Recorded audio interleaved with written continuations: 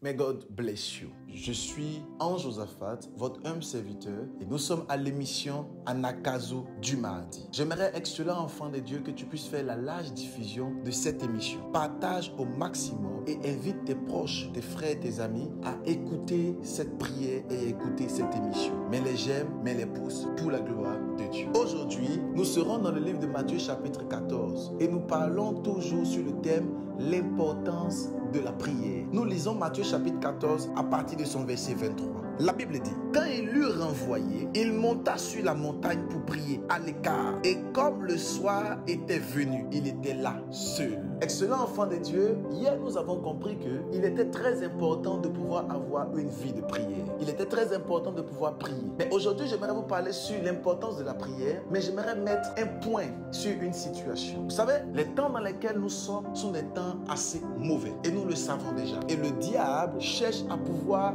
détruire, déstabiliser et neutraliser notre vie de prière.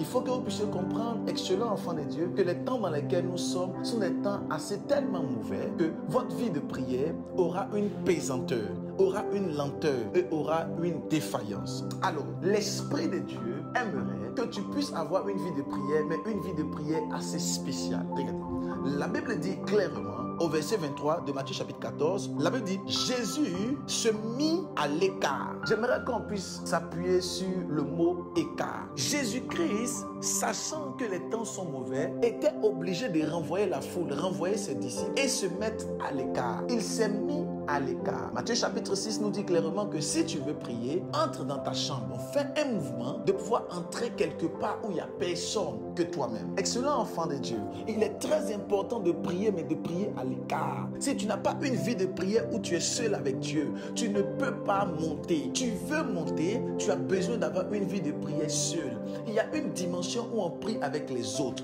Il y a une dimension où on prie en présence des autres. Il y a une dimension où on prie où les autres peuvent entendre. Mais il y a une autre dimension où tu pries à l'écart. Remarquez très bien, les prières qui produisent des fruits, les prières qui transforment la vie de beaucoup d'entre nous, c'est lorsque tu fais cette prière à l'écart. Jésus-Christ était quelqu'un qui priait à l'écart. Il priait en groupe, il priait avec les disciples, il priait avec les 120, il priait avec les 70. Mais arrivé un moment, Jésus-Christ montait sur la montagne et il priait à l'écart. La Bible dit qu'il a renvoyé la foule, il a renvoyé ses disciples et il a commencé à prier, mais il a commencé à prier à l'écart. Excellent enfant de Dieu, tu ne peux pas être dans ta nation et commencer à impacter cette nation si tu n'as pas une intimité avec Dieu à l'écart. Tu dois apprendre à te séparer de certaines situations, te séparer de certaines personnes, te séparer de certains amis, te séparer de certains frères, afin que tu puisses commencer à prier à l'écart. Un enfant de Dieu qui n'apprend pas à prier à l'écart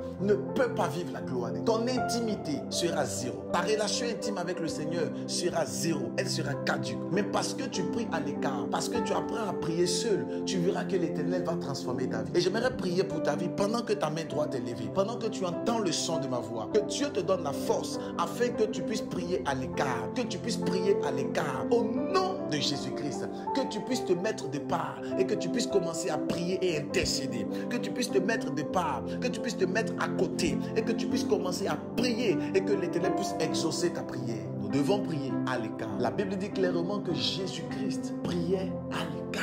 Il a renvoyé Pierre, il a renvoyé les disciples, il a renvoyé Barthélemy, il a renvoyé même la foule. La Bible dit que la foule était au moins 5000 hommes, sans compter les femmes et les enfants. Et je vous ai dit que les femmes étaient généralement plus nombreuses que les hommes. Donc imaginez-vous que les hommes étaient seulement 5000 et les femmes, sans compter les enfants. Nous allons monter jusqu'à 12 000 personnes. Et 12 000 personnes, ce n'est pas une petite croisade, c'est une croisade extraordinaire en son temps. Mais la Bible dit Jésus Christ les a tous renvoyés. Est-ce que tu es capable de renvoyer des personnes? Est-ce que tu es capable de les mettre ailleurs et toi te mettre à l'écart pour commencer à prier? Est-ce que tu es capable de rentrer dans ta chambre et aller toucher le pan de Jésus, aller toucher le cœur de Christ? Et tu veux que ta prière puisse porter du fruit, une intimité avec Dieu et faire des exploits. Prie à l'écart et tu verras que la main de l'Éternel sera sur toi, que Dieu te bénisse, que sa grâce demeure sur toi. Si la parole de Dieu t'a fait du bien, mets les pouces, partage et invite le maximum de personnes. Nous sommes à Anakazu du mardi et Dieu continuera à faire des choses. N'oubliez pas, excellent enfant de Dieu, d'envoyer des témoignages sur les numéros qui s'affichent. S'il vous plaît, envoyez des témoignages de guérison, de miracles, de transformation,